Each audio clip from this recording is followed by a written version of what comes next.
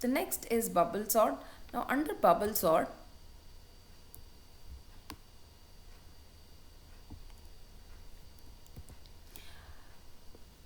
now bubble sort works by swapping the adjacent elements if they are in the wrong order.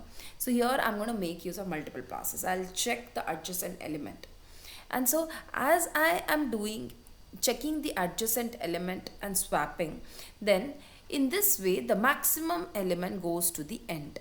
Then after I do this step once more, the second largest element moves to the second last position, and so on. So here, let's say if I have three elements, 3, 2, 1, then I will swap 3 and 2, I'll get 2 and 3. Then I'll swap 3 and 1, I will get 1 and 3. So now what has happened here is the last element, the largest element has moved to its position. So in every pass we process only those elements that have already not been moved to the correct position.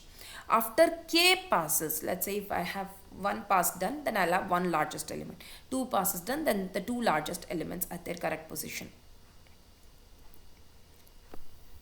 So for all the elements, I will run the loop for the first one till the end, for the second one till n minus 1, for the third one till n minus 2, and so on. And that can be done with the help of this particular step. And then here I am checking the pair of elements. If I find that the lesser element, that the larger element is at a of j, then I swap the two elements. This is one example. So here I have 5, 3, 8, 4, 6, and I have 5 and 3 I swap. Then I have 5 and 8 I don't swap. 8 and 4 I swap, and then 4 and 6 8 and 6 I swap. So I'm getting 8 at its correct position. 5, 3, 8, 4, 6, 5 and 3 get swapped, so I get 3 and 5 here. 5 and 8 retained. 8 and 4 swapped. 8 and 6 swapped. So here I am getting 6 and 8. I will also show the corresponding program.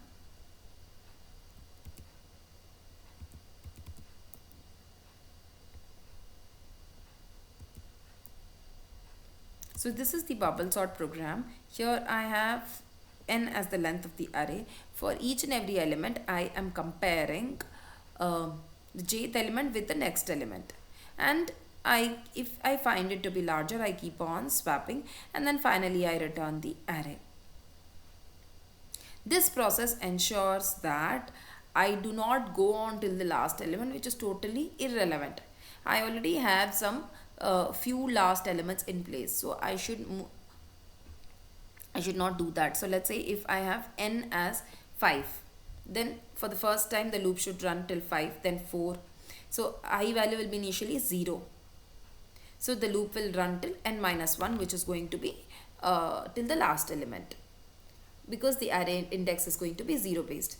Then second time I is going to be 1. So loop is going to run till n minus 2, that is till the second last element. Then n minus 3, it is going to run till the third last element. And so like this, I make sure that I do not run the loop till the end, but rather till the n last element.